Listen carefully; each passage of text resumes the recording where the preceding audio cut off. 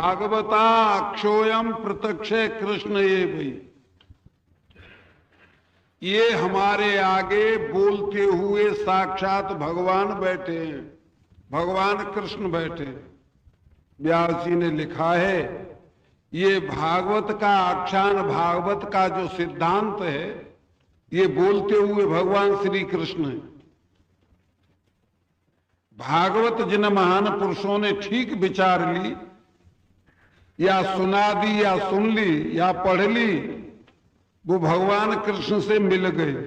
साधन बुद्धि में होंगे तो ये हम जो बोल रहे हैं विषय समझ में आ जाएंगे। एक साधन तो ये होगा कि किसी विषय में अपने को सुखी बनाने के लिए बुद्धि पराधीन न होगी। बोलो कृष्ण बलदेव की जय। बात आई समझ में? मैं सुखी हो जाऊंगा ये विषय प्राप्त हो जाए, विषय में बुद्धि फंस जाए, ज्यादा नहीं कहेंगे। भागवत में बताएं आपको क्या देश की स्थिति, धर्म को बहुत पीछे फेंक दिया प्रवचनकर्ताओं ने।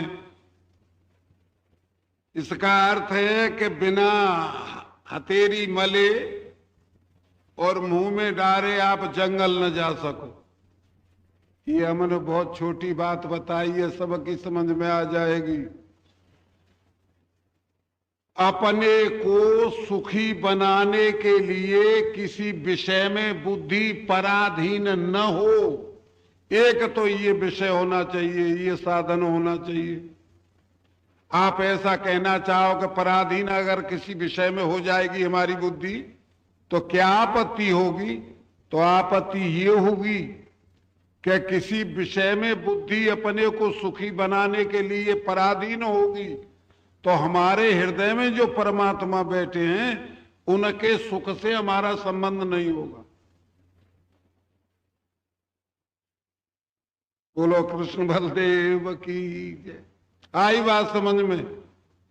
ये बात महर्षि तुलसीदास जी ने लिखी है।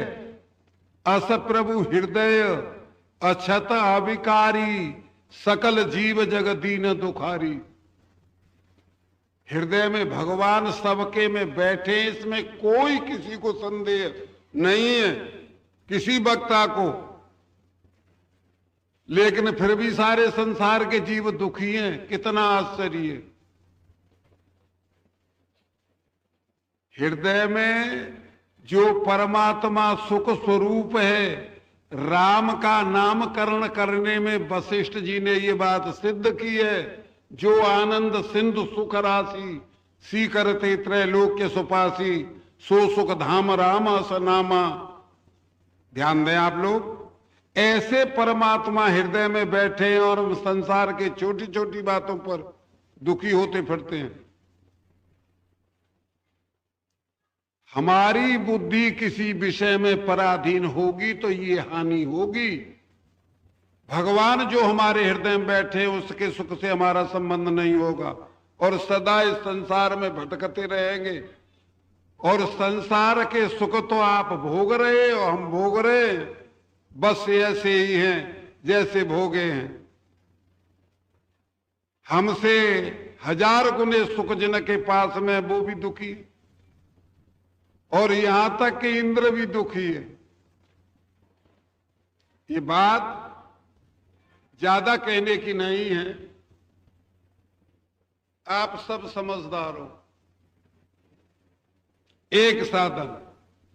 दूसरा साधन ये होगा कि हम किसी नश्वर पदार्थ से, परछिन्न पदार्थ से इतने एक न हो जाएं जिसके बिना हम रह न सके।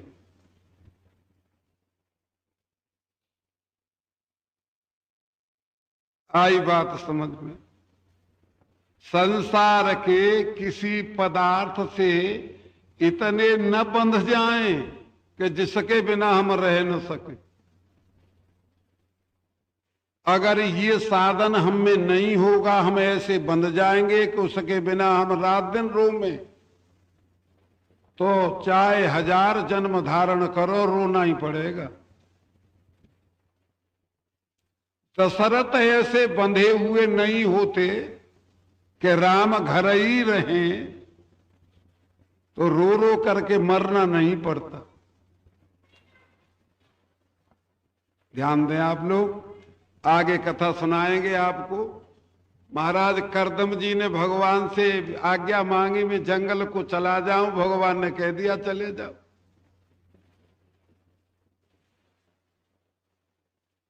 इतने एक न हो जाएं जिसके बिना न रह सके।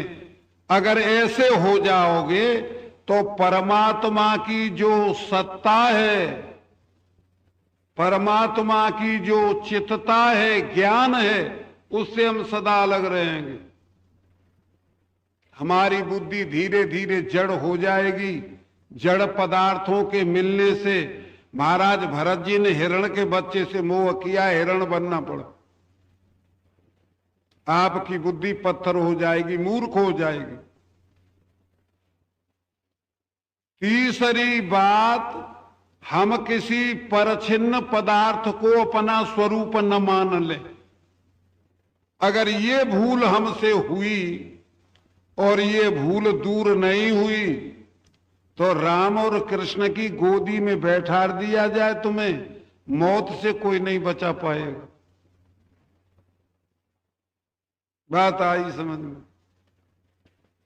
परछिन्न और नश्वर पदार्थ को अपना स्वरूप मान ले हम, तो राम कृष्ण की गोदी में बैठा दिया जाए तुम्हें, मौत से नहीं बच पाओगे।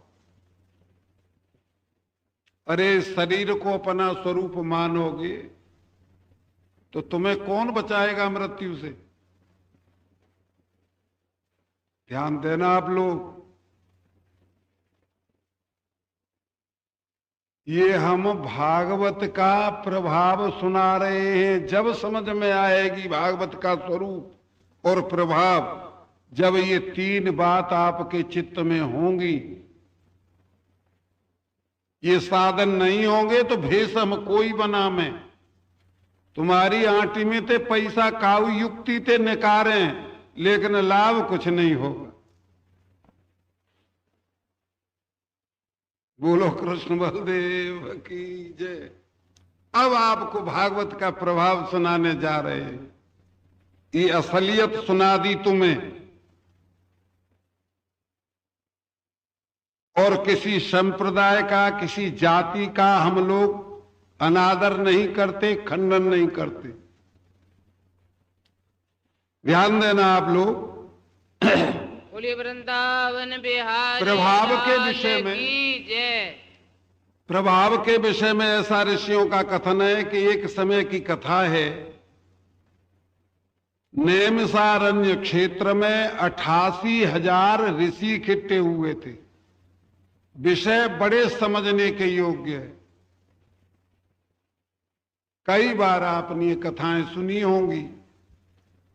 88,000 ऋषियों में सूत जी बैठे थे। ये सूत न ब्राह्मण हैं, न क्षत्रिय हैं, न वैश्य हैं और न शूद्र हैं। आई बात समझ में? 88,000 ऋषियों में से जो मुख्य ऋषि शौनकादिक थे, उन्होंने सूत जी से प्रश्न किया, सूत जी आपका ज्ञान महाराज बड़ा भारी अमूल्य है। अज्ञान द्वांत विध्वंस कोटि सूर्य समप्रभ सूताक्षाय कथासारम मम कर्ण रसायनम भक्ति ज्ञान विरागाप्तो विवेको वर्धते महान माया मोह निराश्य वैष्णवै क्रियते कथम। शौनकादिक ऋषियों ने सूत जी से कहा, हे सूत जी, तुम्हारा ज्ञान अज्ञान अंधकार को दूर करने के लिए करोड़ों सूर्य के समान है। बात तो छोटी सी है, लेकिन हृदय पर हाथ रख के देखिए। 88,000 ऋषि थे गृहस्थी नहीं थे। 88,000 ऋषियों में ब्राह्मण, क्षत्रिय, वैश्य, शूद्र ये नहीं थे। सूत जी से प्रश्न किया गया, इसका अर्थ समझ गए आप। भागवत का सिद्धांत और ज्ञान जाति से, वर्ण से, संप्रदाय, इन तीनों से मुक्त है। किसी वर्ण का हो, किसी जाति का हो, किसी संप्रदाय का हो और किसी अवस्था में हो, इस ज्ञान के योग्य जिनका अंतःकरण होगा वो श्रीमद् भागवत कह सकते हैं।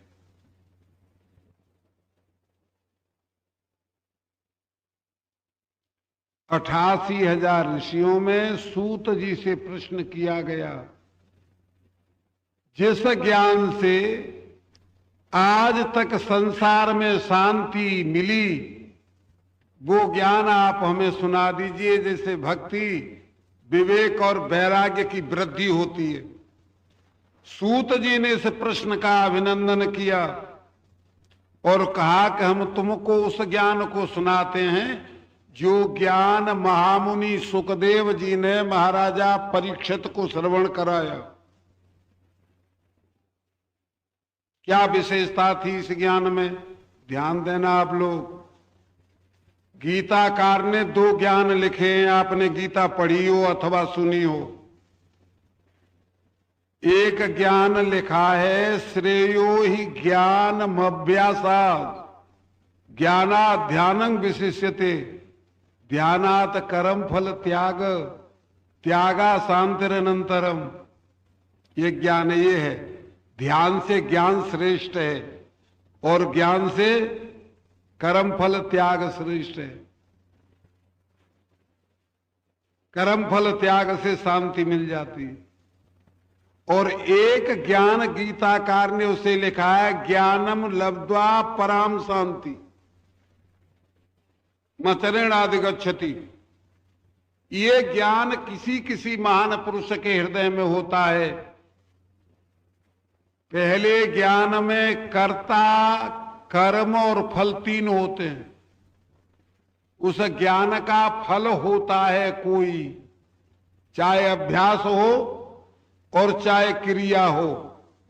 पहला जो ज्ञान बताया है, और ये ज्ञान जो बताया है, ज्ञान मिलते ही जीव को परम शांति मिल जाती है, ये ज्ञान ही फल रूप होता है, इसका फल और नहीं होता। तो महाराजा परीक्षित को ये श्रीमद् भागवत का ज्ञान सुनाया गया।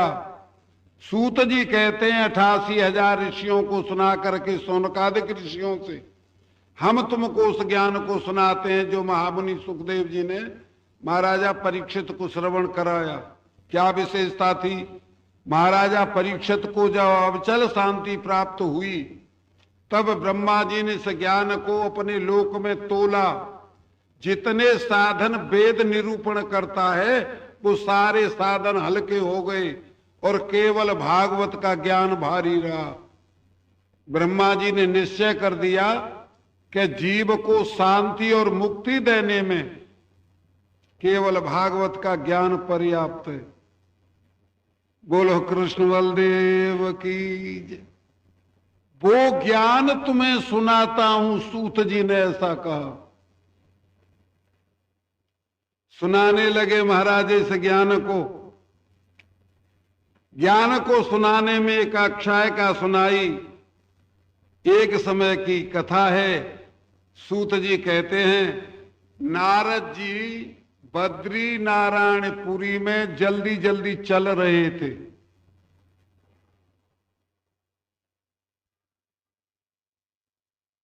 वहां सनकादिक ऋषि बद्री नारायणपुरी में सत्संग करने के लिए नर नारायण से ठहरे हुए थे। उन्होंने नारद जी को जल्दी जल्दी चलते देखा तो हंसी आई। एक संत को ऐसी क्या बेचैनी है जिससे इतना जल्दी चलता है। थोड़ा ध्यान देना, हमें और आप है जो बेचैनी है, जीव बुई है, कोई और ना है। ऐसा कहते हैं किसी पेड़ पर दो चिड़िया बैठी थी, हवाई जहाज जा रहा था, स्वामी जी ने कहा है ऐसा। एक चिड़िया ने दूसरी से कहा, इसे कैसे जल्दी इतनी है, इतनी जल्दी उड़ रही है। दूसरी चिड़िया ने कहा कि तेरी पूंछ में आग लगा दी जाए तो तू हौले चलेगी, या कि पूंछ में आग लगी रही है। हमारी और आपकी पूंछ में आग लगी रही है, न रात को चैन न दिन को। अच्छा, और की कथा ना है, अपनी त्यारी कह रहे हैं। ये समय नहीं मिलता, काकने साथ समय ना आती। माँ गए काम, बड़े एक संत आए, बड़े विद्वान आए के साथ समय ना मिले, का करे। पूछ में आग लगी भई है, ना समय मिल तो। नारद जी को देख करके सनकादिक ऋषियों ने नारद जी से पूछा, संत जी क्या बेचैनी है ऐसी जो इतने जल्दी चलते हो बद्री नारायणपुरी में। तो नारद जी ने बेचैनी का कारण बताया। सूत जी कहते हैं नारद जी ने बताया कि एक समय की कथा है, मैं मृत्यु लोक में गया, जहां हम और आप बैठे, इसे मृत्यु लोक कहते हैं। नारद जी ने सनकादिक ऋषियों को बताया कि मैं मृत्यु लोक में गया और सारे तीर्थों में भ्रमण किया मैंने। महाराज जितने तीर्थ हैं, पुष्कर, प्रयाग, महाराज काशी, गोदावरी, हरि क्षेत्र, कुरुक्षेत्र, जितने तीर्थ हैं उन सब तीर्थों में मैंने भ्रमण किया। और भ्रमण करके मैंने मृत्यु लोक में सारे स्त्री पुरुषों को पशु देखा। आप लोग ध्यान देना, नारद जी कहते सारे तीर्थों में स्त्री और पुरुषों को पशु देखा मैंने। आप इतना समझ लें, शास्त्र में उनको पशु कहते हैं जो शास्त्र की आज्ञा से विपरीत जीवन चलाते हैं।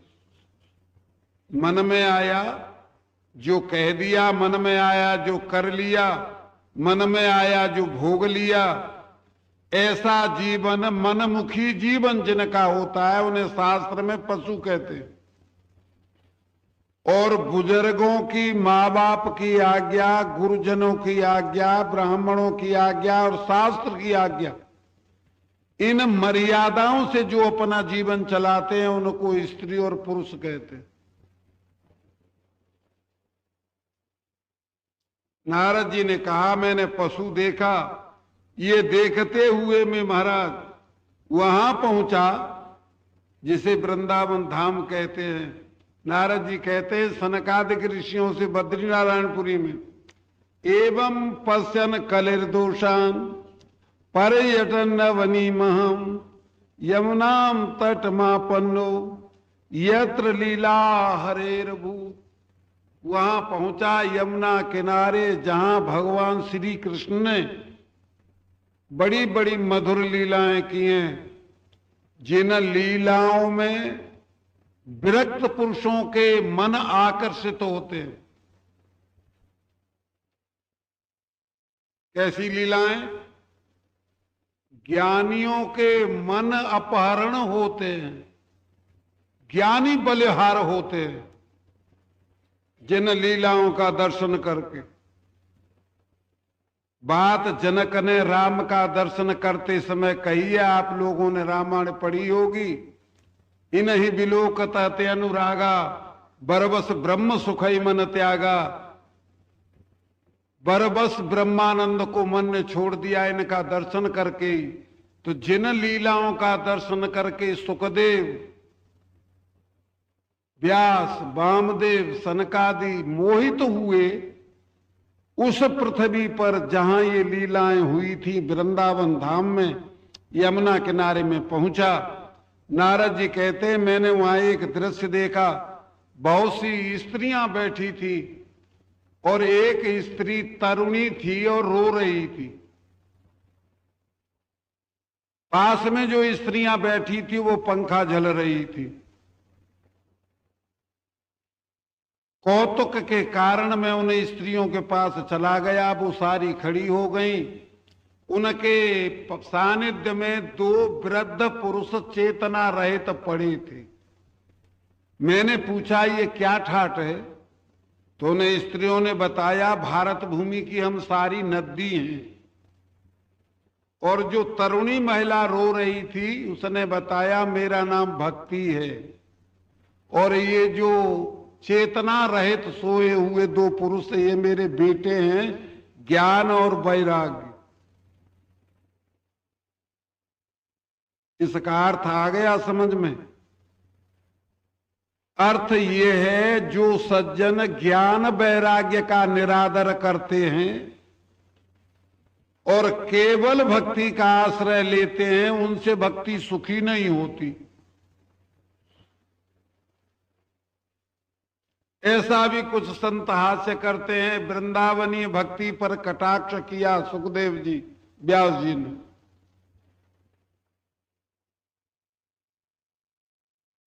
बाबा भक्ति के सहित ज्ञान और वैराग्य का आदर होना चाहिए।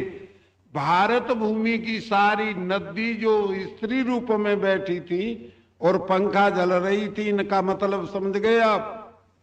इसका अर्थ है भारत भूमि की नदियों में स्नान करके ज्ञान और वैराग्य की वृद्धि होती है। आप गंगा में स्नान करेंगे, विरक्तता भी आपके चित्त में उदय होगी और ज्ञान भी उदय होगा। जितनी भारत की नदी है, ज्ञान और वैराग्य जड़ थे, अचेतन पड़े थे पृथ्वी पर, वृद्ध हो गए थे। इसीलिए भारत भूमि की नदियां एकत्रित हुई उन्हें चेतन करने के लिए, जवान बनाने के लिए। भक्ति ने प्रार्थना की नारद जी से, ये मेरे बेटे हैं। वृंदावन में आकर के मैं उत्पन्न तो कर्नाटक में हुई थी, द्रविड़ देश में हुई थी, और मेरी वृद्धि कर्नाटक में हुई। सारे देशों में मैंने भ्रमण किया, कहीं मेरा ह्रास हुआ, कहीं में जवान हुई, या वृंदावन में आकर के पूर्ण तरुणी हो गई। और मेरे बेटा जो है ज्ञान और वैराग्य वृद्ध हो गए और चेतना रहित हो गए। इसका अर्थ आप लोगों ने समझा होगा। वृंदावन में एक मुसलमान भी राधे कृष्ण की धुनी बोलता है। महाराज गंगेश्वरानंद जी ने तो ऐसा सिद्ध किया था। मैंने वृंदावन में ये बात अपने कानों से सुनी है कि एक एक कण से राधे कृष्ण की धुनी निकलती है। वृंदावन में आप किसी समय जागृत हो जाएं, रात्रि में किसी न किसी तरफ से राधे कृष्ण की धुनी आ जाएगी कानों में। तो वृंदावन में आकर के भक्ति कहती है मैं तो तरुण हो गई और ये मेरे बेटा ज्ञान और वैराग्य वृद्ध हो गए और चेतना रहित हो गई। अब आप संत हो, संतों का स्वभाव होता है पर उपकार वचन मन काया, संत सहज स्वभाव खगराया। संतों का परोपकार करना स्वभाव होता है। मेरे बेटाओं को चेतन करो और जवानी अवस्था में करो। नारद जी कहते हैं सनकादिक ऋषियों से मैंने बड़ा प्रयत्न किया। वेद वेदांत घोषस्य, भक्ति की बात सुन के वेद और वेदांत को ज्ञान वैराग्य के कानों में फूंका, परंतु वो चेतन नहीं हुए। ध्यान देना आप लोग, किसी उपाय से चेतन नहीं हुए। तो अब ये बात हुई कि ये चेतन कैसे हों। संतों के पास में केवल दुख दूर करने की यही युक्ति है। जब ज्यादा कष्ट हो तो भगवत नाम जपें। और ये जो और ठाटों में प्रवृत्त होते हैं, ये बुद्धि की कमजोरी से प्रवृत्त होते हैं। मूल सिद्धांत शास्त्रों का यही है। कोई आपत्ति आए तो हरि स्मरण करिए। नारद जी को भगवान की माया ने मोहित किया था। रामचरितमानस पढ़ा है आपने। नारद जी को बड़ा दुख हुआ, भगवान से कुछ अनुचित शब्दों का प्रयोग कर दिया। जब माया दूर हुई तो नारद जी ने प्रार्थना की, नाथ मेरे हृदय में बड़ा दुख है, अब ये कैसे दूर होगा? तो भगवान ने यही उपाय बताया रामचरितमानस में, जपहु जाय शंकर सतनामा, हुए हृदय तुरत विश्राम। मूल औषधि सज्जनों दुख दूर करने की यही। लेकिन हमारी बुद्धि में कमजोरी है, हमने ऋषियों के वचन अच्छी तरह नहीं सुने, इसलिए अन्य उपायों में दुख दूर करने के लिए प्रवृत्त होते। नारद जी कहते हैं वेद वेदांत के घोष से वो चेतन नहीं हुए, तब चिंता हुई अब क्या उपाय किया जाए। तो आकाशवाणी हुई, ध्यान देना संत जी, ये चेतन होंगे सतकर्म से।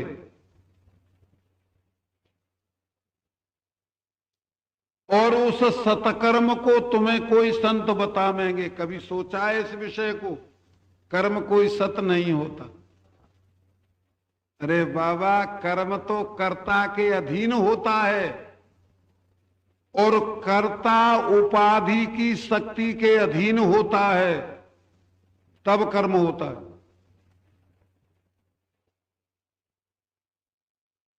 कर्म कर्ता के अधीन होता है, कर्ता चाहे तो करे, न चाहे तो न करे, और चाहे तो उल्टा कर दे, होता है कि नहीं? और कर्ता उपाधि की सीमा के अधीन होता है, शक्ति के अधीन होता है। जैसे बच्चा आके आपके एक बोरी को नहीं ले जा सकता, इसकी उपाधि की शक्ति बहुत थोड़ी है, इसलिए कर्म कर्ता उपाधि की शक्ति के अधीन होता है, परतंत्र होता है। तो कर्म तो इतना कमजोर है, फिर वो महाराज सत कैसे होगा? आकाशवाणी ने कहा कि तुम सतकर्म करो, और उस सतकर्म को कोई संत बतावेंगे। किसी संप्रदाय को, किसी वर्ण को आकाशवाणी नहीं कहा, केवल संत बतावेंगे। संतों के विषय में आप लोगों ने सुना है, महाराज गर्गाचार्य जी ने लिखा है, गंगा पापम ससीतापम दैन्यं कल्प तरुर हरे, पापम तापम तथा दैन्यम सद्यो साधु समागम। गंगा जी पापों को दूर करती है, चंद्रमा ताप को दूर करता है, और संत सारे संतापों को दूर करते हैं। कल्प वृक्ष दरिद्रता दूर करता है, पाप ताप दरिद्रता ये तीनों संतों के दर्शन से दूर हो जाती है। कभी सोचा आपने? संत के दर्शन से पाप दूर होते। संत दर्श जिमे पात कट रही, तुलसीदास महाराज ने आगे लिखा है। और संत के उपदेश से ताप दूर हो जाते हैं, और संत की जीवनचर्या देख करके दरिद्रता दूर हो जाती है। आगे 7वें दिना की कथा में सुनाएंगे तुम्हें। दत्तात्रेय महाराज नंगे पड़े थे पृथ्वी में, लंगोटी नहीं थी, दिशाएं वस्त्र बने हुए थे। और महाराज यदु ने देखा कि एक व्यक्ति के पास में कोई सहायक सामग्री नहीं है, कोई बर्तन नहीं है, कोई वस्त्र नहीं है, कोई सेवक नहीं है, और हृष्ट पुष्ट शरीर है, और मुखारबिंद पर मंद मंद मुस्कान है। राजा ने पूछा ये मस्ती कहां मिलती है? कोई साधन सामग्री नहीं है, और फिर भी मुखारबिंद पर मस्ती है। इस जीवनचर्या को देख करके दरिद्रता का दुख दूर हो जाता। अरे हमारे पास में तो मकान है, बेटी बेटा पत्नी माँ बाप इत्यादि कहें, कुछ धंधा भी है, और फिर भी अधीर रहे। एक संत बिना लंगोटी के नगीना केला पड़ा है, और मुखारबिंद पर मस्ती है। ध्यान देना, संतन का चरित्र देख करके दरिद्रता का दुख दूर हो जाता है, उनके उपदेश से ताप दूर हो जाते हैं, पाप क्षय हो जाते हैं दर्शन से। इसलिए आकाशवाणी ने ये बात कह दी नारद जी से, सतकर्म को कोई संत बताएंगे तुम्हें, किसी संप्रदाय या किसी जाति वर्ण का नाम नहीं लिया। नारद जी कहते हैं मैंने बहुत संतों से पूछा लेकिन वो सतकर्म को जानते ही नहीं थे।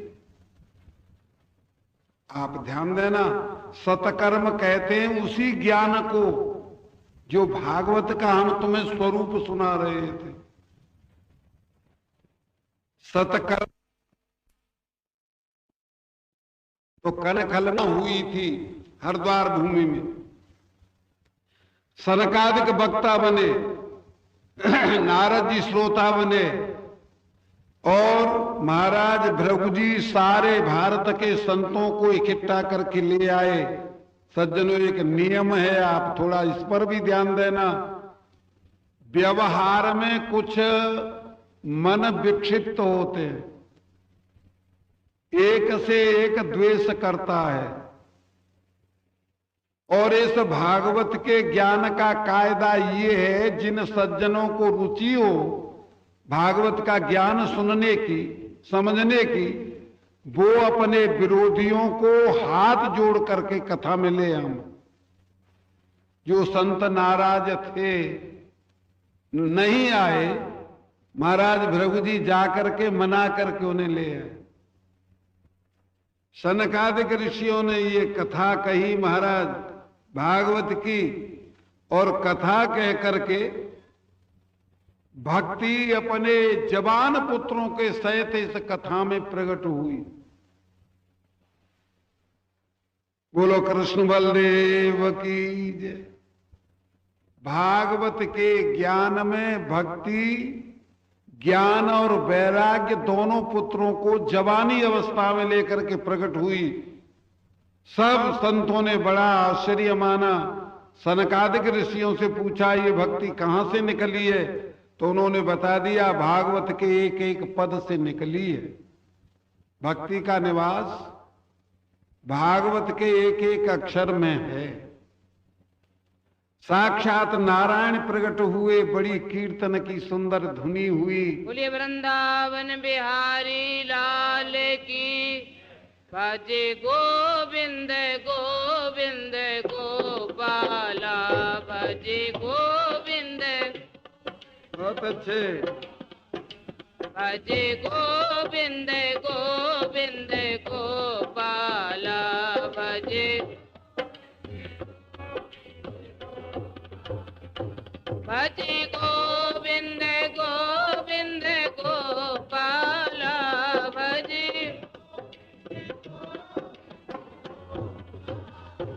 भजे गोविंद गोविंद गोपाला, भजे गोविंद।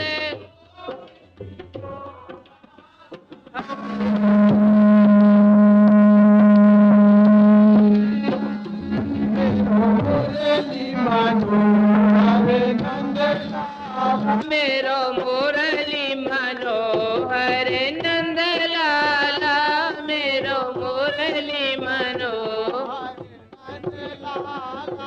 मेरो मुरली मनोहर नंद लाला, मेरो मुरली मनोहर नंद लाला। बोलिए वृंदावन बिहारी लाल की जय। बोलो कृष्ण बलदेव की जय। ध्यान देना आप लोग, भगवान साक्षात नारायण प्रकट हुए। ये श्रीमद् भागवत के ज्ञान का प्रभाव सुना रहे हैं, आपको फल सुना रहे हैं। इस भागवत में नारद जी ने एक प्रश्न किया सनकादिक ऋषियों से। इस विषय पर आप विशेष ध्यान देंगे। नारद जी ने भक्ति का दुख दूर हो गया ये देख करके पूछा ऋषियों से, संसार में पापों को दूर करने के प्रायश्चित होते हैं। जिस किसी पुरुष ने महान पाप किए हों, प्रायश्चित कोई नहीं किया हो, तो क्या भागवत के ज्ञान से प्रायश्चित भी होता है, पाप भी दूर होते हैं? तब महाराज सनकादिक ऋषियों ने बताया नारद जी को, आपको सुनाते हैं, संसार में 5 पाप सबसे बड़े होते हैं, घोर होते हैं 5 पाप। नारद जी को बताया, पंचोग्र पापा छल छद्म कारिण, कूरा पिशाचा एवं निर्दयश्चैवे, ब्रह्म सपुष्टा व्यभिचार कारिण, सत्ता यज्ञेन कलौ पुनन्तिते। सनकादिक ऋषियों ने बताया संसार में घोर 5 पाप हैं। इन घोर 5 पापों को जो पुरुष करे, केवल श्रीमद् भागवत के ज्ञान से इनका प्रायश्चित हो जाता है।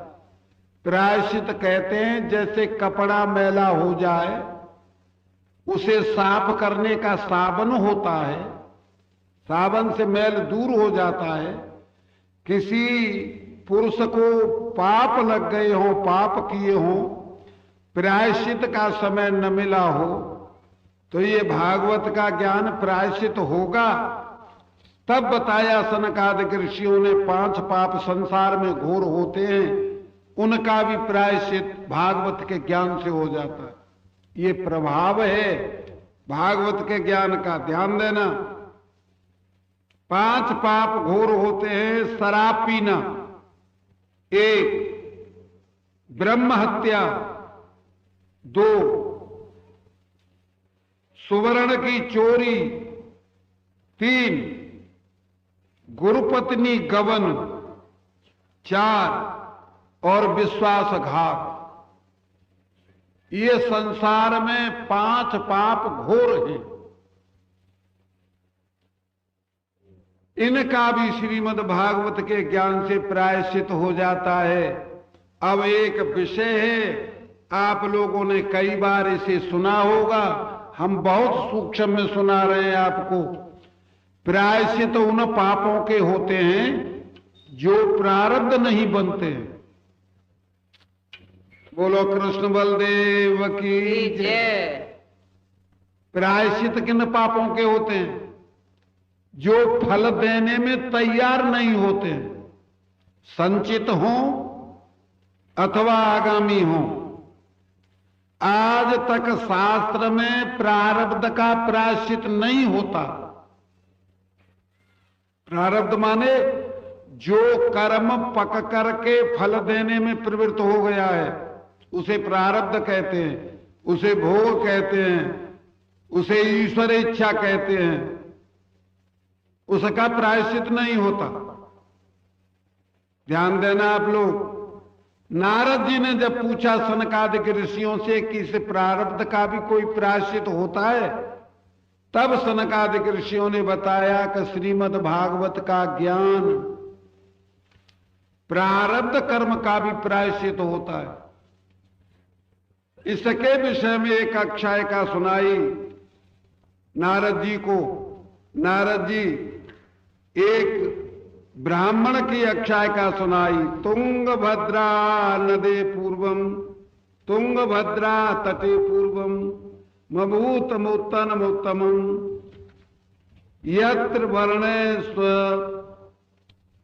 धर्म सत्य सत्कर्म तत्पर, आत्मदेवे पुरे तस्मिन् सर्ववेद विशारद, श्रोत स्मार्तेषु निसृणातो द्वितीय भास्कर। एक आत्मदेव नाम के ब्राह्मण थे।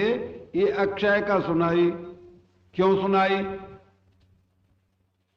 प्रारब्ध कर्म का भी प्रायश्चित श्रीमद् भागवत का ज्ञान है।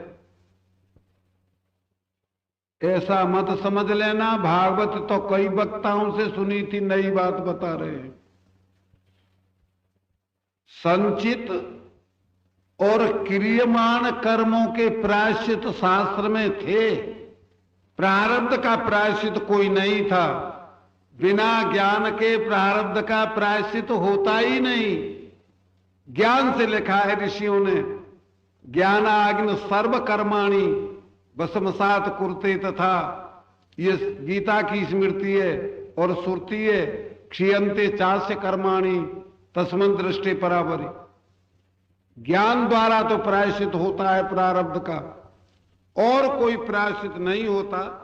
श्रीमद् भागवत के ज्ञान से भी प्रायश्चित होता है। ध्यान देना, ये आत्मदेव नाम के ब्राह्मण की अक्षय का सुनाई। ये ब्राह्मण बड़े विद्वान थे। इनकी पत्नी कलयुगी थी।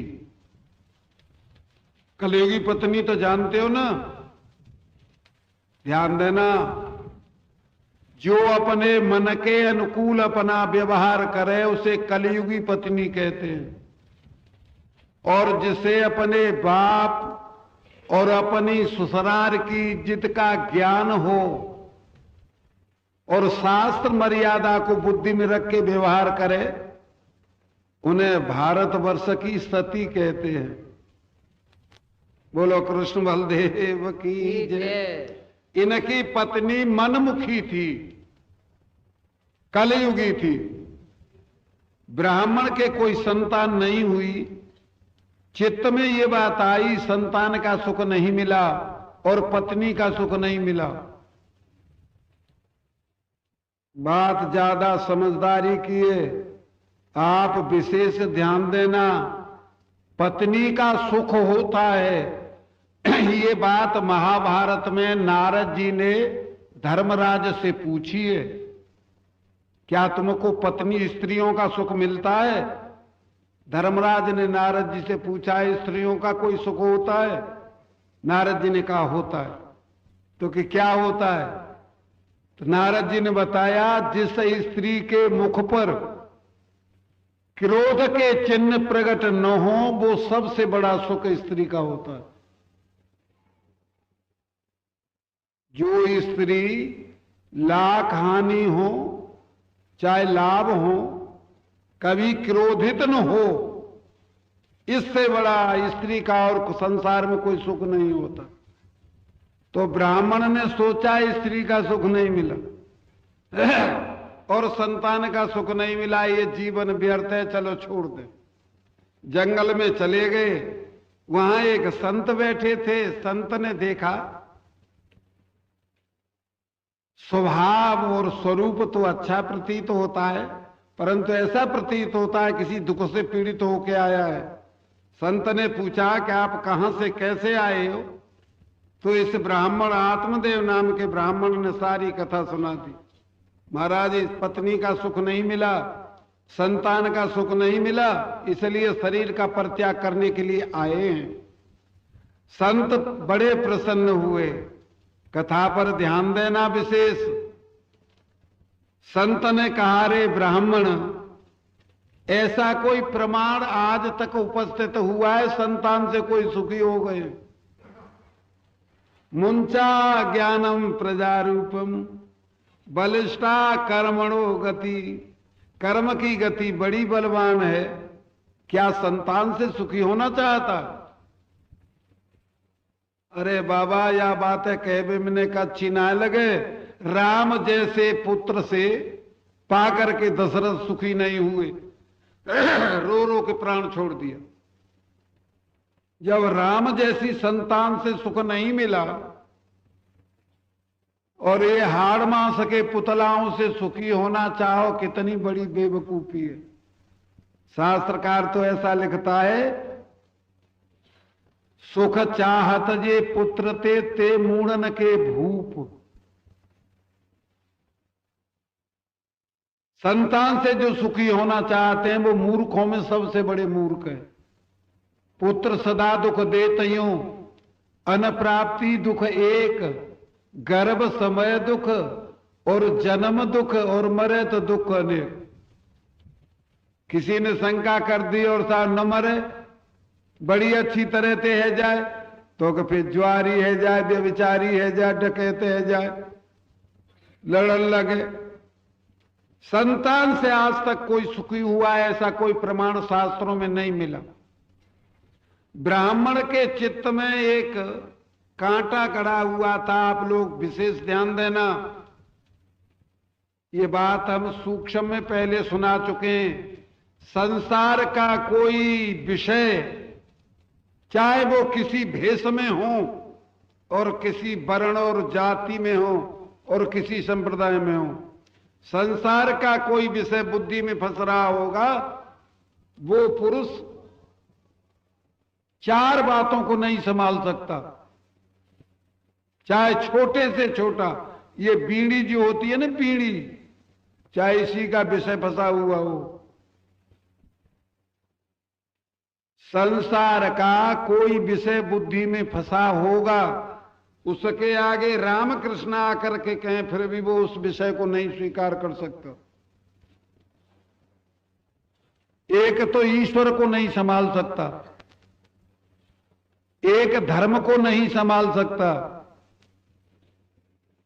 एक अपने कर्तव्य को नहीं संभाल सकता और अपने गुरु को नहीं संभाल सकता।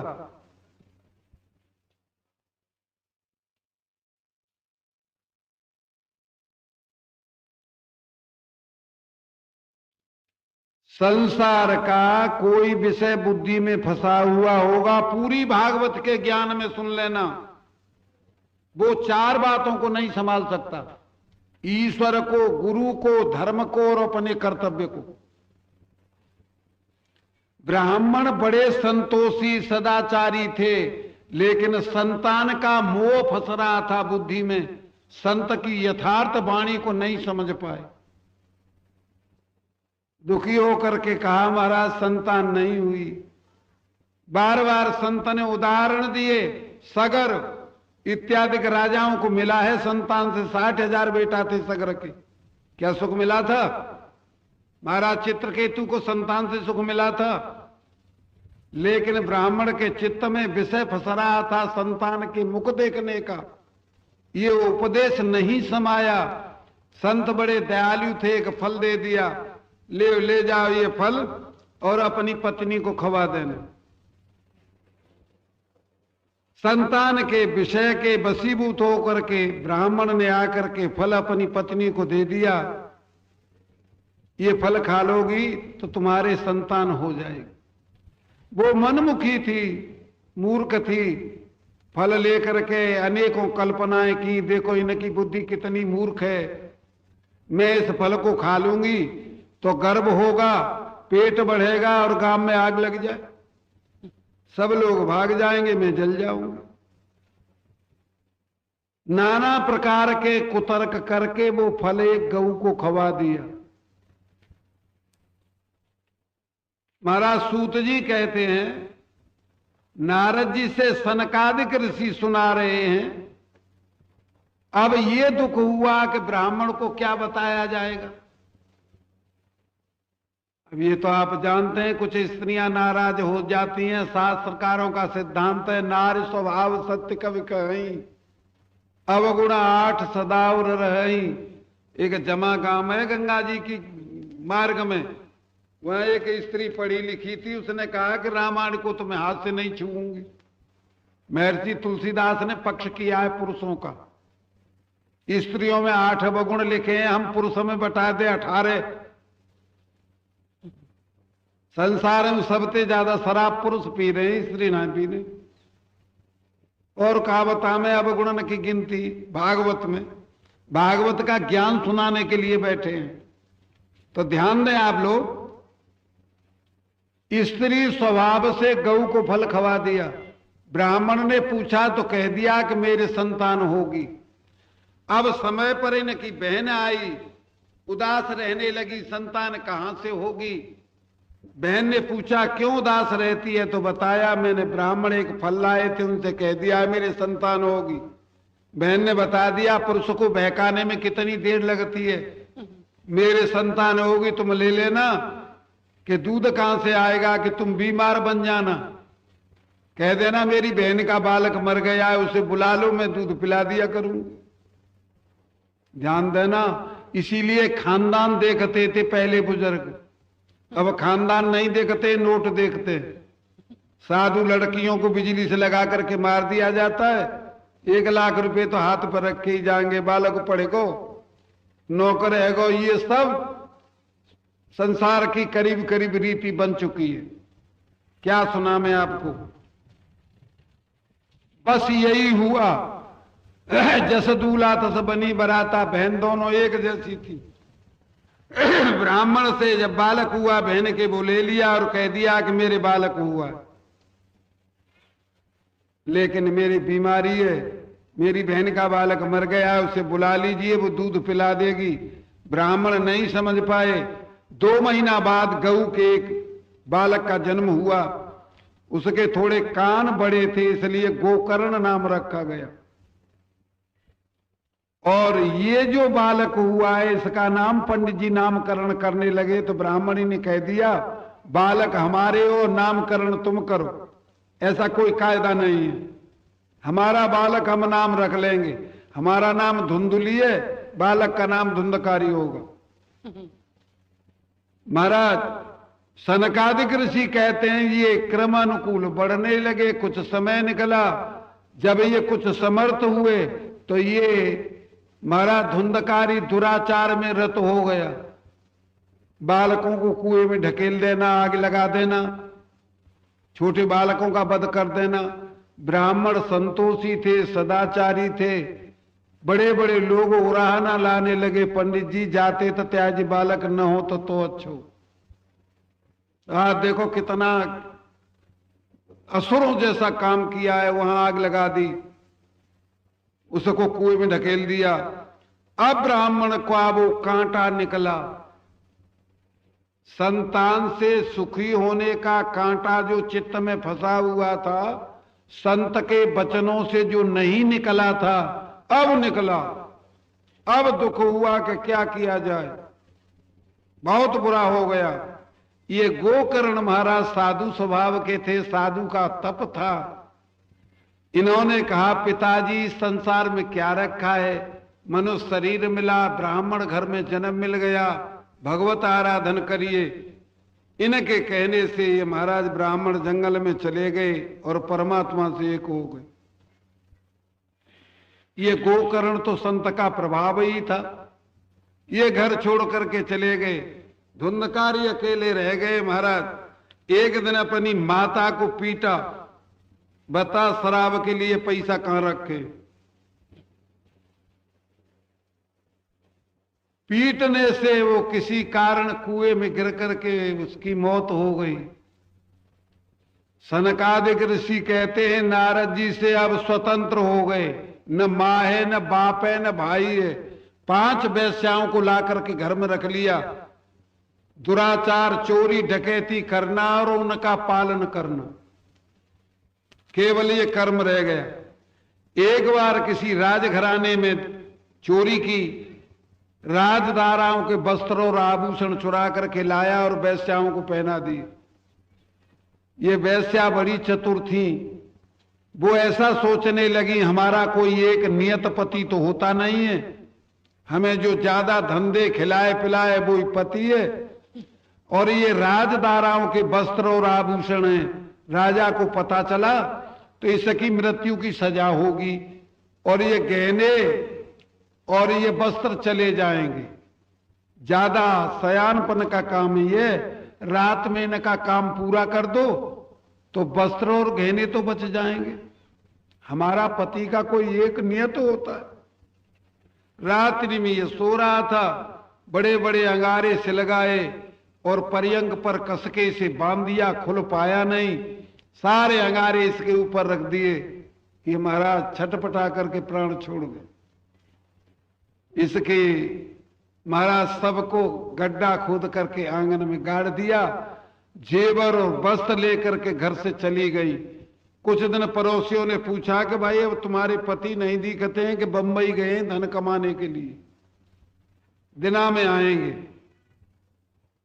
महाराज ये कथा गोकर्ण महाराज ने सुनी, माता पिता भाई सब की समाधि हो गई, उन्होंने गया में श्राद्ध कर दिए सबके। ये कथा हम क्यों सुना रहे हैं आपको? प्रारब्ध का प्रायश्चित नहीं लिखा है कहीं। श्रीमद् भागवत के ज्ञान से प्रारब्ध का प्रायश्चित होता है। ध्यान देना आप लोग। जब इसकी मृत्यु हुई तो ये घोर प्रेत हो गया। शास्त्र में सज्जनों प्रेत उस योनि को कहते हैं, ये घर छुड़ा दिया जाता है, दूसरा कोई ठिकाना नहीं मिलता। और यम यातना नाम का यमराज एक शरीर देते हैं, उससे ये नाना प्रकार के दुखों को संसार में भोगता है। उस योनि को प्रेत योनि कहते हैं। प्रेत हो गया, वहीं रहने लगा महाराज, महान दुख पाने लगा। सनकादिक ऋषि कहते हैं नारद जी से कुछ समय के बाद में महाराज गोकर्ण को याद आई जन्मभूमि की। ये जन्मभूमि में आए और अपने घर तो फूट चुका था, कोई कोठा खड़ा था, वहां अपना आसन लगा लिया। रात्रि में ये प्रेत आया, इसने नाना प्रकार के रूप दिखाए। वो तो संत थे, कभी बकरा बनता है, भैंसा बनता है, हाथी बनता है। वो समझ गए कोई दुरात्मा है। गोकर्ण महाराज ने पूछा भाई तुम कौन हो? ये बोल नहीं पाया। कमंडल से उन्होंने जल लिया, उसे अभिमंत्रित किया और इसके ऊपर छिड़क दिया। तब बोलने की क्षमता हुई और ये रोने लगा फूट फूट करके। रो करके बताया मेरे प्यारे मैं तेरा भाई हूं। भाई की बात सुन करके गोकर्ण महाराज को बड़ा आश्चर्य हुआ। मेरा भाई धुंधकारी? कि हां, कि मैंने तो गया में श्राद्ध कर दिया तेरे लिए, तू इस योनि में कैसे आ गया? इस धुंधकारी ने बताया मेरे प्यारे 1000 श्राद्ध गया में करे, फिर भी मेरी मुक्ति नहीं हो सकती। मैंने अपनी माता को पीटा था। ध्यान देना आप लोग, ऋषियों का विश्वास ऐसा है पिता के ऋण से तो जीव मुक्त हो सकता है, माता के ऋण से मुक्त नहीं हो सकता। सभी ऋषियों का विश्वास है ये। तो मैंने माता को पीटा था, गया श्राद्ध से मेरी मुक्ति नहीं होगी।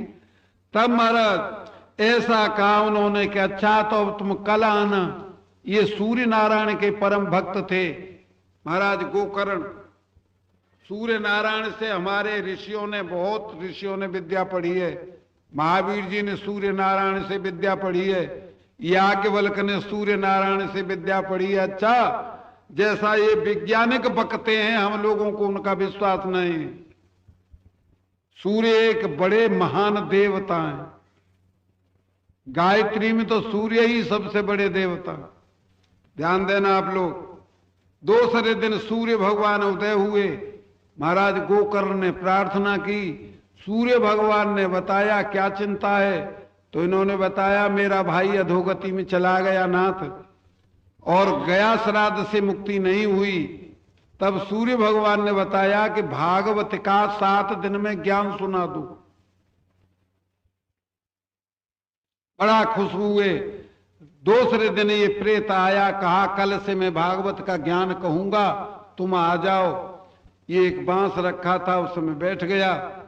7 दिन में श्रीमद् भागवत का ज्ञान सुनाया सूत जी ने, ये महाराज गोकर्ण ने। तो एक विमान लेकर के महाराज भगवान के पार्षद आए। गांव वाले भी कथा सुन रहे थे। जब ये एक विमान आया तब सूत जी ने भगवान के पार्षदों से कहा कि पंक्ति भेद कैसे हो गया? ये सारे गांव वाले कथा भागवत का ज्ञान सुन रहे और इस प्रेत ने सुनाए एक विमान लेकर के कैसे आए? तब भगवान के पार्षदों ने एक मार्मिक बात कही। ध्यान देना, भगवान के पार्षदों ने बताया देखो गोकर्ण महाराज, श्रवणस्य विभेदेन फल भेदो अत्र संसितः श्रवणम तु कृतं सर्वे न मननम तथा कृतम। देखो इन सब ने सुना है लेकिन इनके मन दूसरी जगह रहे हैं, मन लगा करके नहीं सुना। श्रवण में भेद होता है तब फल में भेद होता है, ऐसा कायदा है। मर्यादा है शास्त्रों की। महाराज बताई भगवान के पार्षदों ने गोकर्ण महाराज को, आद्रणम चाहतम ज्ञानम प्रमादेन हतम श्रुतम संदिग्धो हतो मंत्रो व्याग्र चित्तो हतो जप। देखो गोकर्ण जी, जो ज्ञान दृढ़ नहीं होता, किसी संत से सुन लिया या गुरु से सुन लिया, ज्ञान की 4 से 10 बातें याद हो गई और मन संसार में फंसा हुआ है, वो अदृढ़ ज्ञान है, वो न के बराबर होता है। और प्रमाद से सुना हुआ न के बराबर होता है। मन बच्चों के बातों में लग रहा है या किसी काम में किसी से कह रहे हैं, कोई वक्ता कह रहा है तो सुन लिया, न के बराबर, न सुने के बराबर। और जिस मंत्र में संदेह होता है वो मंत्र काम नहीं करता। संदिग्धो हतो मंत्रो और व्याग्र चित्तो हतो जप। गौमुखी में माला चल रही है, उंगरिया चल रही है, जे आलू का बाय दे भाई, अरे जय मां मिल रहे मध्य और उंगरिया चल रही। व्याग्र जित से किया हुआ जप न के बराबर होता है। महर्षि तुलसीदास ने जो बात कही है, भाव कुभाव न काल सहु नाम जपत मंगल दिशि दसहु, वो सिद्धांत अलग है।